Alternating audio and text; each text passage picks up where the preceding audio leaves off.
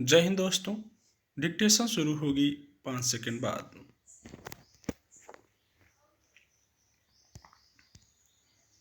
हमारे देश में औसतन सालाना बरसात से 4000 अरब घन मीटर पानी आता है, जो ताजे पानी का प्रमुख स्रोत होता है। लेकिन जल संग्रह प्रबंधन के अभाव में ज़्यादातर बहकर समुद्र में समा जाता है। बढ़ती आबादी की ज़रूरतें और तेज आर्थिक गतिविधियां भी पहले से संकट का सामना कर रहे जल स्रोतों पर अतिरिक्त दबाव डाल रही हैं। देश में बरसाती जल प्रबंधन की दिशा में आज न तो सरकारें न ही किसान और ग्राम पंचायतें अपेक्षित स्तर पर गंभीर दिखती हैं, जबकि खेती का सारा दारोमदार पानी पर निर्भर होता है। देश में 24 लाख से ज़्यादा जल स्रोत हैं, जिनमें से शहरी इलाकों में 3% से भी कम बचे रह गए हैं। सामाजिक असमानताएं, जलवायु में आते बदलाव या बढ़ती शहरी आबादी की तुलना में शहरों में बढ़ते जल संकट के लिए कहीं ज़्यादा जिम्मेदार हैं।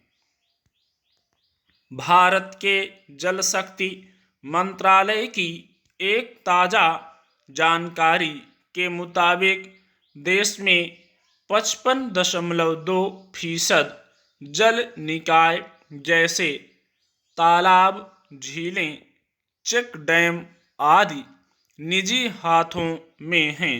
वहीं 44.8% जल निकाय सार्वजनिक क्षेत्र में हैं, जिन पर ग्राम पंचायतों या राज्य सरकारों का स्वामित्व है। इनमें से करीब 1.6% पर अतिक्रमण हो चुका है। पश्चिम बंगाल में सबसे ज़्यादा तालाब और जलाशय, आंध्र प्रदेश में सबसे अधिक टैंक, तमिलनाडु में सबसे ज़्यादा झीलें हैं। लेकिन जल संरक्षण योजनाओं के मामले में सिर्फ महाराष्ट्र ज़्यादा कुशल साबित हो रहा है। ऐसी स्थिति में केरल का पहला जल बजट एक नई मिसाल है। केरल में नदियों, झीलों, तालाबों और जलधाराओं की अच्छी संख्या है, लेकिन राज्य मानसून में अच्छी बारिश के बावजूद गर्मी के मौसम में पानी की समस्या से जूझता है। केरल के ऐसे कई इलाके हैं जहां हर साल गर्मी के दौरान पानी का संकट खड़ा हो जाता है।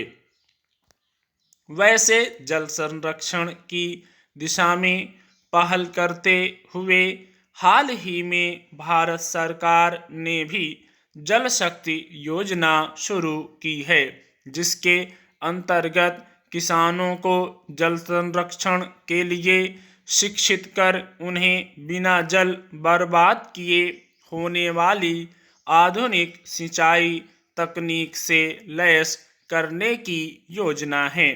पूरी तरह जलाशयों पर निर्भर रहने के स्थान पर किसानों को वर्ष भर के लिए जल संरक्षण और सिंचाई में उसके अधिकाधिक उपयोग की तकनीक भी सिखाई जाएगी।